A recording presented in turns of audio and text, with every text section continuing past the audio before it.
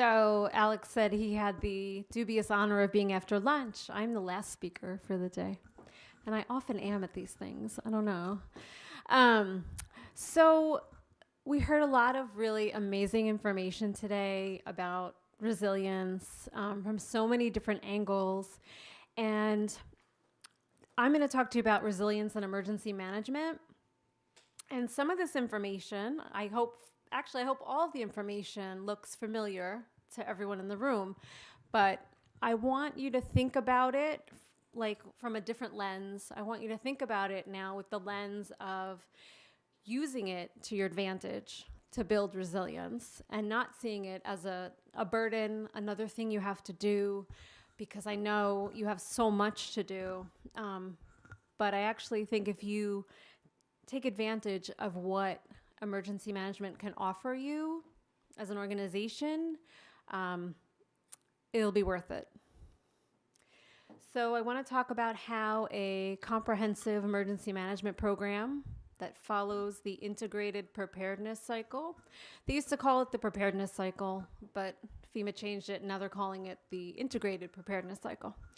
It's the same basic thing, but it's really acknowledging how all of these things go together, and you need all the pieces and all the steps of the cycle to be prepared.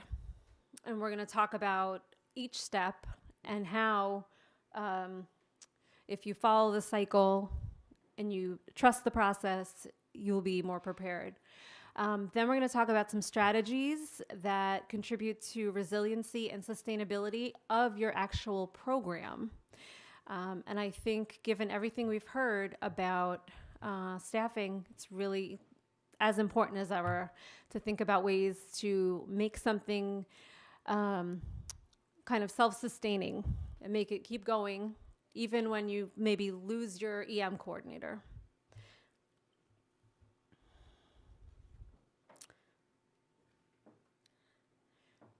So if I leave you with nothing else, and I kind of said this already, if you build a strong program, you will be more resilient when emergencies happen. Full stop. If you hear nothing else today, please do hear that. Okay. So I mentioned I'm going to call it now the IPC, the Integrated Preparedness Cycle. So I don't have to keep saying Integrated Preparedness Cycle. It's a continuous process, and it gives you guidance for building and sustaining your program beyond just writing plans. It helps you to regularly look at how your preparedness priorities may shift. And that's by going through risk assessment, thinking about organizational requirements, regulatory requirements, actual emergencies, etc. And it supports multi-year activity planning based on priorities. So what does that mean? It means that you're not just doing things in a haphazard way. You're not doing things that, don't make sense for what might actually happen to your health center. It helps you to focus your efforts and identify the priorities because you have limited time and resources, and you want to be as efficient as possible. The other thing I think that I hope you've all heard many times over the years that these things, preparedness is never done. You can write a plan, great. That's only one step. And it's, of course, an important step, but it's not enough to make you actually be prepared. You have to do all the steps. And if you follow the principles and the philosophy and you commit to using the tools that are out there and available to you, you will improve your preparedness tremendously. So you can write a plan, but if you don't teach people how to use the plan, and you don't have the right tools and equipment and whatever you need to actually implement the plan, and you haven't tested the plan to find your points of failure, and then you haven't looked at your lessons learned from your failures and made things better, you may as well have done nothing, really, because the plan is nothing ever goes the way you think it's going to go. I think we all know that now, especially now after 2 years. Okay. So one of the key things that the IPC forces you to do, right, is to set priorities, and you have to build your program around your priorities. So it helps you to ensure that all elements of your plan meet state and federal requirements, right? CMS, HRSA, New York State, right? Your Article 28 facilities. And it incorporates key principles and best practices for emergency management to reflect an all hazards approach. So we hear this term all hazards all the time. What does it mean? Well, it means that we integrate our approach, right?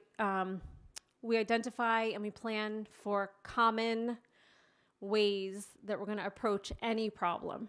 A great example of an all hazard applying an all hazards approach is by building an incident command structure, right? Having an ICS. That gives you the basic foundation for whatever your response is going to be, right? And then you expand it or contract it as needed, right? ICS is meant to be flexible and adaptable. And resilience is all about flexibility and adaptability, right? That's what we're talking about today. And then after that, you look at your all hazards, we're calling it the base plan, right? The basic way that you're going to approach all emergencies. And you think about what did you identify during your risk assessment, right? Or your hazard vulnerability analysis, we'll call it HVA. Now that you know how you will approach things in general, what are the specific additional elements you need in your plans to prepare to respond to those hazards most likely to affect you? All right, so a little bit more about risk assessment, because I do think it's really important. It gives you the context for everything that you're going to do in terms of your emergency management program. You really need to look at how likely different emergencies or disasters are to occur to your health center, right? Somebody in upstate New York is not going to have necessarily the same probability of this hazards as someone, say, in Brooklyn does, and vice versa. You have to look at how these different incidents can impact patient care and also safety of your staff, your patients, and your visitors. That all goes into your risk assessment. And again, you don't have a ton of resources and time. Most of you don't.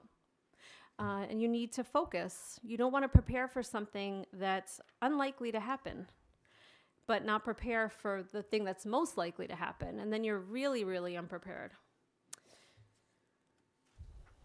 Okay.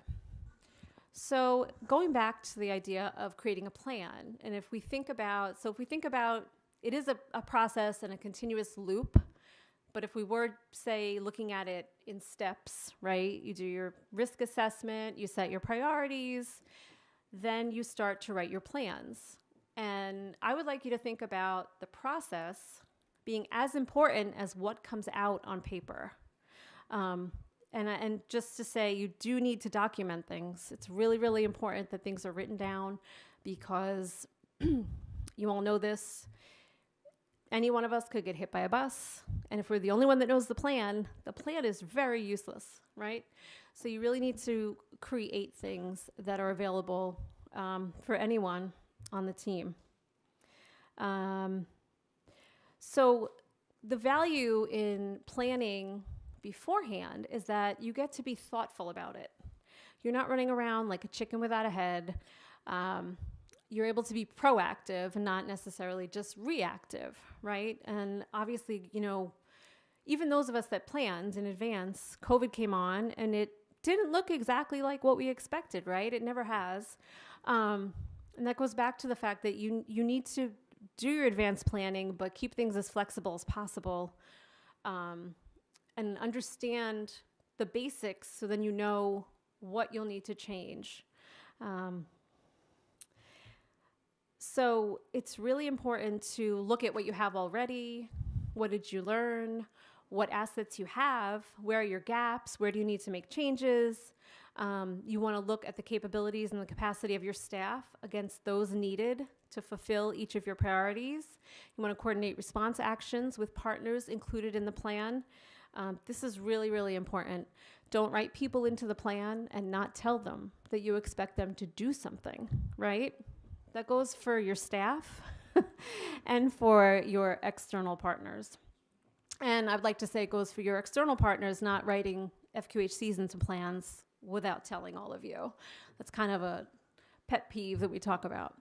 So the other thing that pre-planning gives you is the time to consider multiple approaches and solutions. You can research, you can evaluate different options, whereas when your back's against the wall, you just got to go and you just got to do something, and it might not be the best way. So it's really, really important to take advantage of the quiet times. I don't know when they'll be back, but we need to be thinking about that.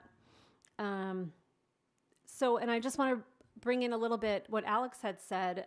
He showed you from our EPCA results what the identified areas for improvement were when we had everybody look at their capabilities, right? Those are self-administered. So you all, whoever completed those, you evaluated yourselves with guidance from us on how to do that.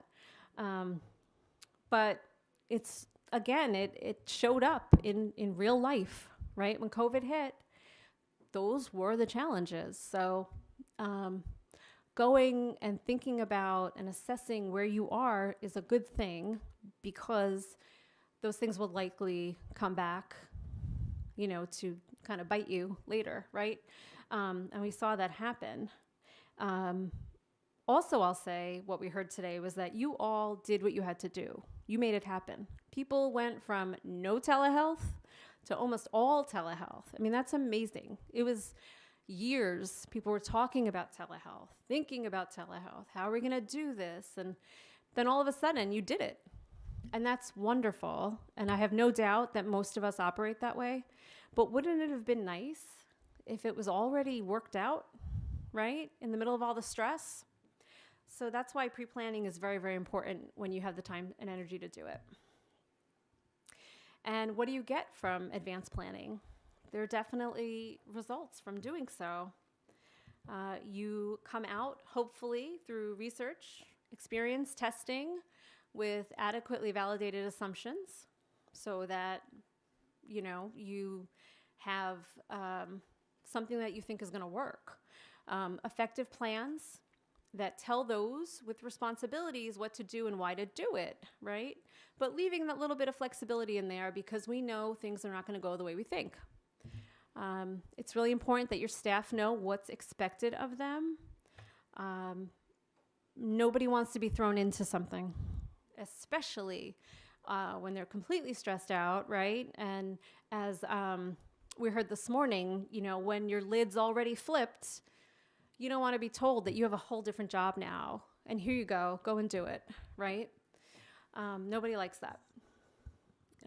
Also, you end up with plans that reflect an understanding of your organization's roles, and then what your organization will do in the larger response and recovery, like building those partnerships. A lot of what we heard today, I could summarize today in 2 words: communication and relationships. And those are 2 really, really valuable things you get from planning and working in advance with your team, with partners, your vendors, everybody. So I just want to take like a little side note in a way. We're talking about emergency management. And of course, emergency management and business continuity are not the same. They are, however, very complementary. You need them both. You need them both to be prepared. You need them both to be resilient. While their focus is different, I would actually put forth that the principles and the concepts of emergency management as a process apply equally to both, right? It's a roadmap for planning, training, exercising, for creating a program. And so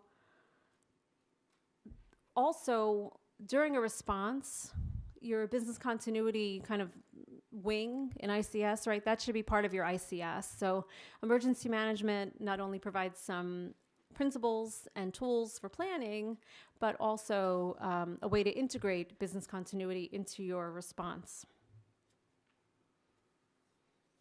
All right, so thinking again, going through the steps of the cycle, right? We want to organize and equip to implement the plans. So once we know what we think we're going to do, we want to see what assets we have, and that could be people, equipment, supplies, and then what else might we need to get our hands on. So then some questions like, what can you stockpile?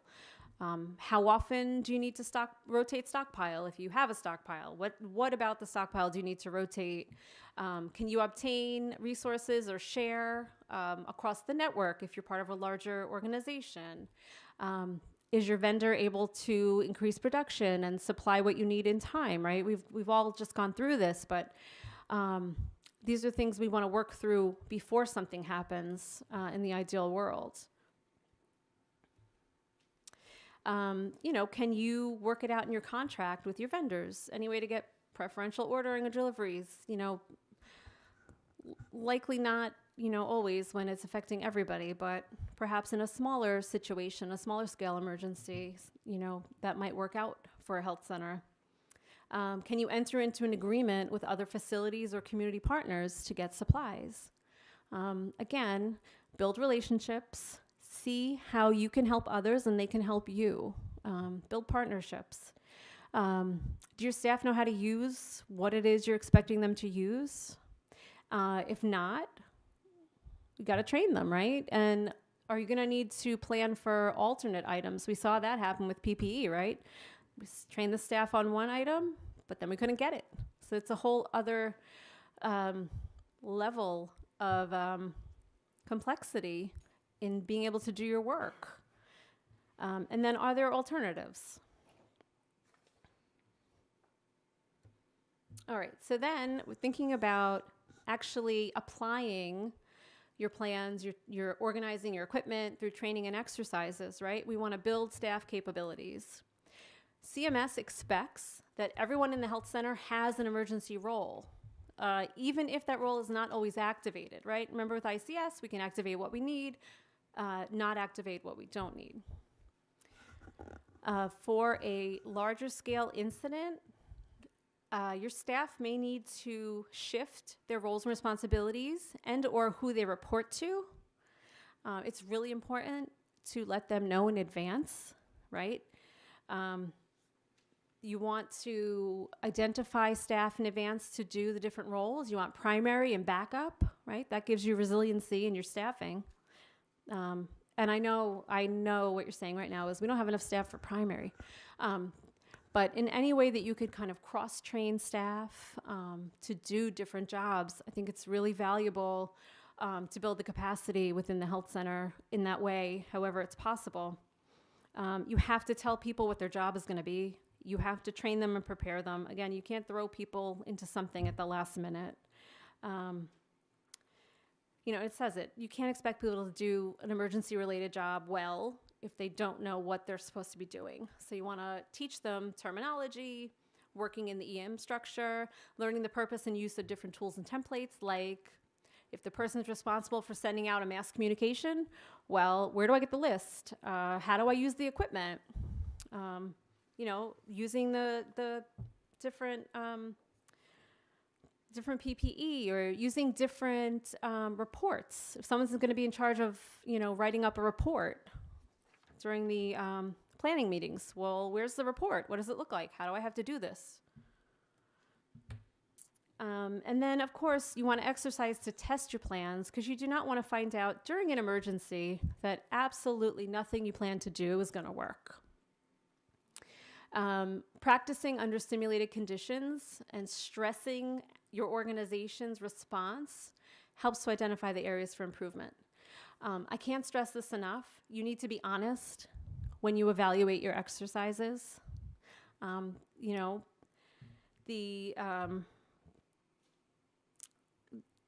Knowing in advance, right, that maybe you thought someone was going to be a really good leader, but then during the exercise, you found they completely fell apart or they don't know what they're doing. You want to have that person reassigned before something happens, right? You don't want to go forward thinking they're going to be your incident commander or, your planning section chief, but they're really not capable of doing it. Not everybody is good under stress. So testing people is really, really important. You want to know if you need different resources, right? Or if what you thought was going to work out to implement the plans maybe didn't work. Maybe you missed pieces of data in the report, or maybe you trained everybody to respond in a certain way to the activation, but nobody really understood what you were saying, and they didn't actually respond correctly. So it's really important to test in advance, because it's really, really much more difficult to bounce back, right? To be resilient if you are poorly prepared and your response goes poorly. Again, I also want to put forth that if you prepare people, we heard a lot today about how important it is to communicate, be transparent, provide the information that you have, build trust, right, with your staff to support them. If you provide information in advance and you manage expectations, it's very helpful towards reducing stress and anxiety that they're going to be feeling anyway. It also lets them know that you value them, because you're not just kind of throwing them out there. You're helping them be ready. And that goes a long way, I think. And it tells them you care about their safety also, when you make sure they know how to use PPE, for example. Also, it's really important for people to learn how to perform their duties while they're stressed out, because they can gain confidence that they have like your health center has a plan. So it's not like there's going to be an emergency and I'm not going to know what to do and what's going to happen, and am I going to be safe? Am I going to get home? Like whatever. Knowing you have a plan gives people a sense of kind of hope and a sense of purpose.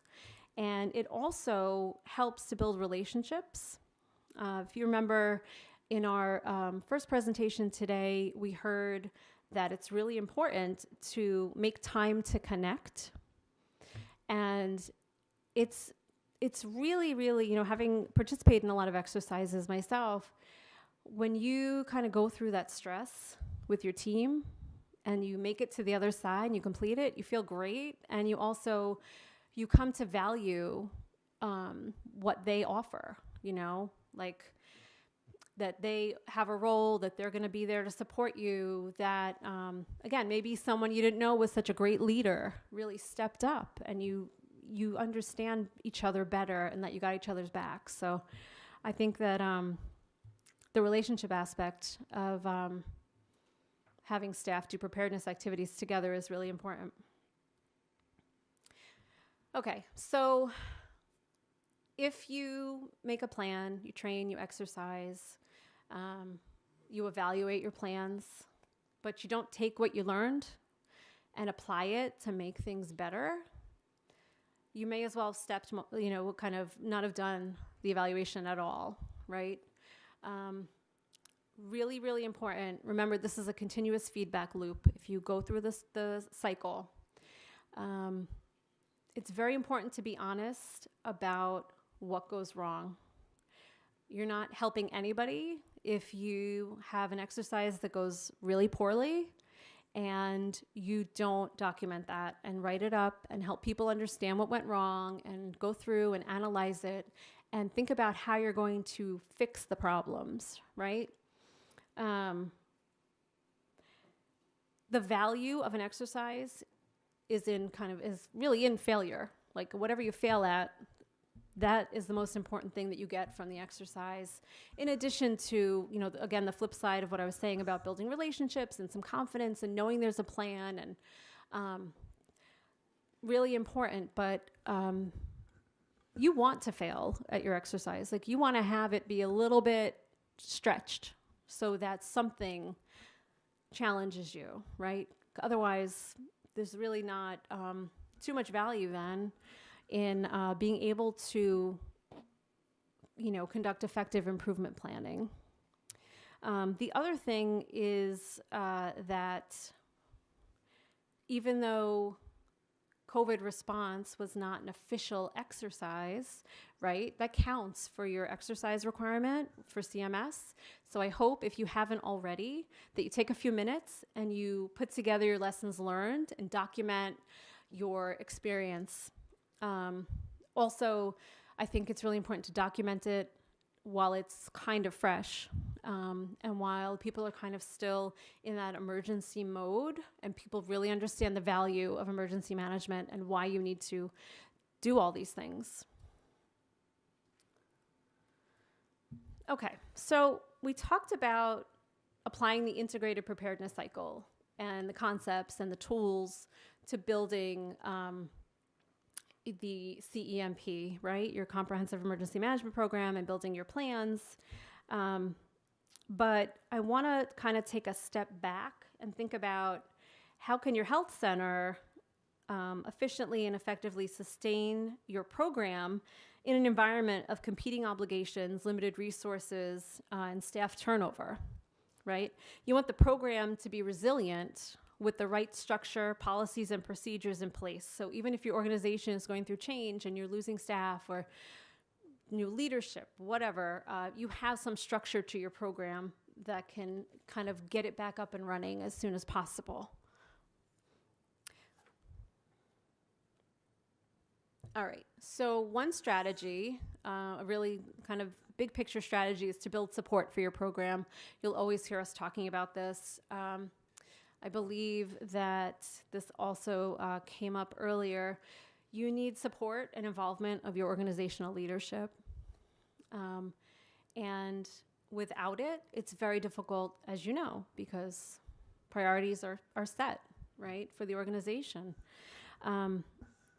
You need to build a multidisciplinary committee from across the organization. Your program cannot be about one person. One person cannot be the only person that knows what's going on. One person cannot be responsible to create all the content. One person can't run all the trainings. One person can't run an exercise. It's really important to build this, kind of get this buy-in from across the whole organization, right? Not only do you then kind of build the EM knowledge across the organization, which I have here as my last sub-bullet, you know, in addition to spreading the knowledge, you're spreading responsibility. You are ensuring that the needs and concerns of your staff are considered as you build these plans, especially if you're going to be changing their role during an emergency. It also helps you to leverage the expertise and the guidance from staff across the organization. So the people that are doing frontline work, they know better than anybody else what the frontline work is, right? You need to know how things operate normally so that you know how you're going to need to change them. So having that expertise be part of the process throughout is really, really important. Obviously, if you're in a larger network, you want to have representatives from across the facilities participating in this process as well. And I think, you know, when you include people and you show them that you value them and you value their expertise, you get their buy-in. You make them invested in the process and in what you're trying to achieve. And I think that's really important. So things aren't coming top down. You will do this, but hey, what should we do? What's the best way to do this together? You know, because I know you're the expert at what you do. So tell me how we can do it right. Okay, so also, after you have support, you want to build structure. You need to make it formalized in a way. You want to conduct regular meetings, agendas, notes, right? You want to keep track of what you're doing so that if the coordinator leaves tomorrow, you have a history of what's been going on. It's a good idea to create a detailed work plan with a timeline that reflects your organization's EM priorities and also considers, you know, the regulatory requirements, expectations, your risk assessment, and also organizational timing. I want to make this point here. You really need to have everything electronically, ideally in a shared space, because again, you don't want it living on somebody's computer and then they leave, they're angry, they take the files, they sabotage the files, whatever, right?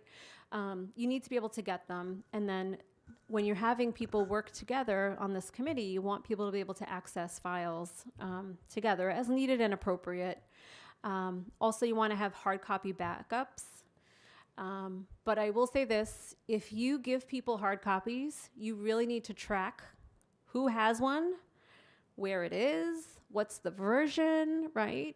Your documents need dates and you need versions on them. And if you make a change, you need to make sure everybody with the hard copy knows what the change is. You don't want to have multiple versions of your plans floating around the organization. You don't want people thinking that the policy and procedure is X, but now it's really Y. And why did nobody tell me, right? So if you could give people electronic access, that would be ideal. A little bit more about structure, creating a work plan. You need to assign responsibilities and target due dates for each task in your work plan. Again, share the responsibility, share the assignments. It's not one person, right? It needs to be more than one person. You want to track your status regularly, adjust your timeline as needed.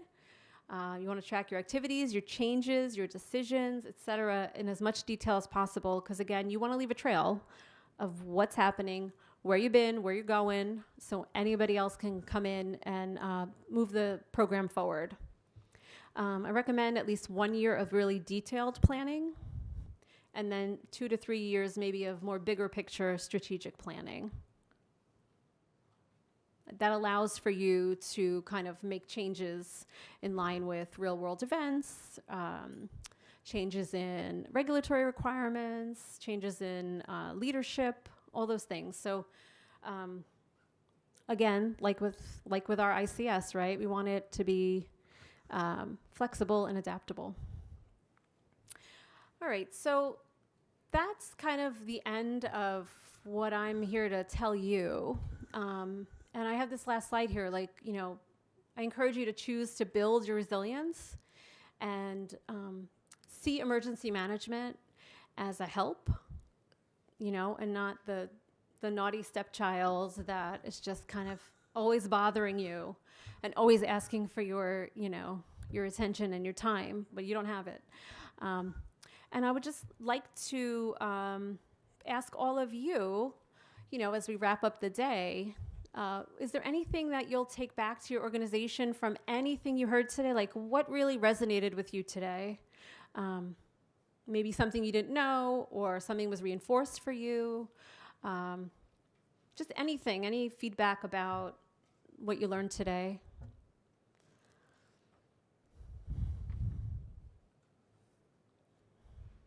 Everybody's tired. So I'll just tell you really quickly, and I said this already, and I'm going to say it again because it's really important. Communication, collaboration, relationships, all those things help you to be more resilient. And how you do that is you prepare in advance. Yes. Oh. So I want to say, first of all, I thank you all so much for doing this. This is almost like a debrief after everything that has occurred. And I can say that the seminars, the workshops, and everything that we have done prior to COVID really, really came into, we were able to use the tools and the information to help keep us resilient and keep us moving forward. One of the things that we were kind of struggling with was putting together our communication plan and our business continuity plan. COVID really wrote that for us. So we had an opportunity to pull together something that we were working on prior to that. And I think just hearing all of the FQHCs talk about their practices and what they did, it seemed like without us even communicating with one another, we all had parallel workflows to make sure that we serve the community, that we did not have to stop our operations, but we kind of pivoted which was a word I heard a lot today. And we Yes. found new ways to do the work that we needed to do to make sure that we served our communities. Right. Thank you, Sonia. Yeah, I think it's really important. We heard a lot today about pivoting, right? Adapting, being flexible, being resilient, right? I really enjoyed everything, I have to say. I enjoyed learning about, what Samantha talked about with trauma-informed care and how we approach our staff. And I really enjoyed hearing the lessons that all of you learned working through this pandemic, right? And it's slowed down, right? But it's not really over. Who knows what's happening, right? And I thought one thing that I believe Chris said during the panel, and I'd like to just reiterate that I also want you to take from today, is that it's really important to advocate for yourself and your organization. You need to let partners know what you can and cannot do.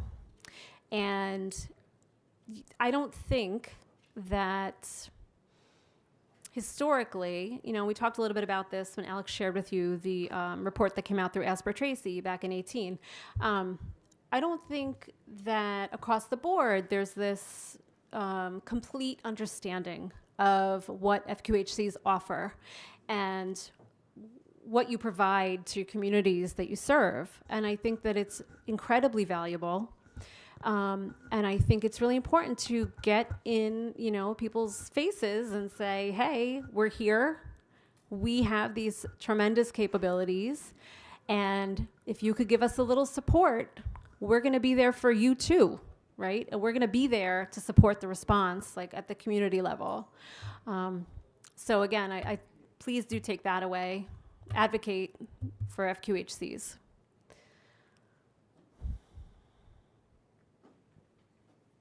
One second.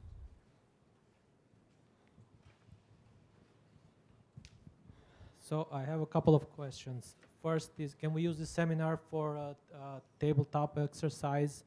I'm due for the Joint Commission survey this year, and I don't think so. no. Okay. So No. Unfortunately, no. Okay. About the HVA, last time we reported to you guys our HVA that we must do every 2 years. Mm-hmm. We just completed ours about 2-3 months ago. That's Are you great. guys gonna continue to asking us for those, or is just for? No, I mean, I know that CHCANYS would be glad to look at it if you have any questions or concerns, but I think we were collecting them at the time, if I recall, because we were asked to collect them to get a sense of where you were when we were doing the functional exercise several years back. My last questions. What do you think about the DOH response from 1 to 10 from COVID the first 6 months of January 2020? I think they dropped the ball on us. I have no comment. Okay. But if you'd like DOH or DOHMH? Health or state or city? So I still remember the Chinese New Year when they came out and they said, "Don't worry, everything is well covered. We are handling the situation." And then mayor, I have the picture of the mayor on March 1st, and when the first case came up.